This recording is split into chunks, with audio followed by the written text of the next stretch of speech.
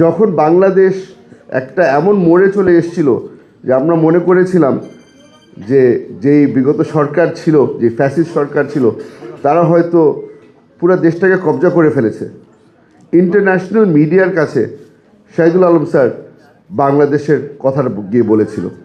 এই ইন্সপিরেশনের কারণেই হয়তোবা কিছুটা অবদান রেখেছিল এই জুলাই যোদ্ধারা, এই জুলাই যোদ্ধাদেরকে ইন্সপায়ার করার পিছনে। মোস্তফা সরওয়ার ফারুকী সাহেব, আপনারা হয়তো দেখেছেন গত 1.5 বছর ধরে অনেকগুলো শর্ট ফিল্ম করা হয়েছে, গুম নিয়ে অনেকগুলি করা হয়েছে, আয়নাঘর নিয়ে করা হয়েছে। উনি একটা সিরিজ শুরু করেছিলেন যে আয়নাঘর ফাইলস, আপনারা হয়তো দেখেছেন। পবিত্র রমজানে এভাবেই আপন হয়ে উঠুক সবাই ইসপির আপন করা স্বাদে। ইসপি আপন করা স্বাদ।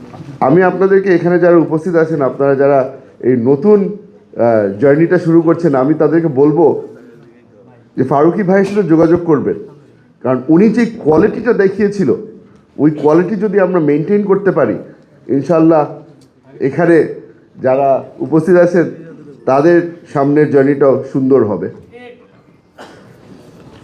আমরা ইতিহাস যেন ভুলে না যাই। আমাদের খোকন ভাই অনেক বছর যুদ্ধ করেছেন, মাঠে ময়দানে যুদ্ধ করেছেন, কিন্তু আজকে আমার সৌভাগ্য দুজন ব্যক্তির সামনে আজকে বক্তব্য রাখতে পারছি যারা আসলেও আমার জন্য ব্যক্তিগতভাবে একটা ইন্সপিরেশন হিসেবে কাজ করেছিল।